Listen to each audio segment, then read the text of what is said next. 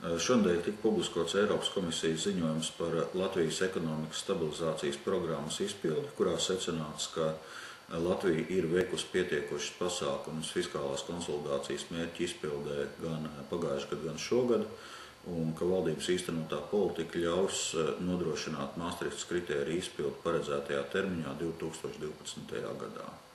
Šis ziņojums ir arī pozitīvs signāls starptautiskajiem finanšu tirgiem un kredītreitingu aģentūrām, kas ļauj prognozēt pakāpenisku Latvijas kredītreitingu uzlabošanos tuvāko mēnešu laikā un attiecīgi arī kredītu pieejamības uzlabošanās Latvijas uzņēmējiem.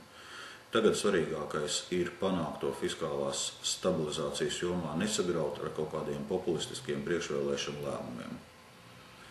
Šodien valdība lēma par sociālās drošības tīkla paplašināšanu, uzlabojot veselības aprūpes pakalpojumu tīklu pieejamību un medikamentu pieejamību ne tikai trūcīgajiem iedzīvotājiem, bet arī ar iedzīvotājiem ar ienākumiem līdz 150 latiem.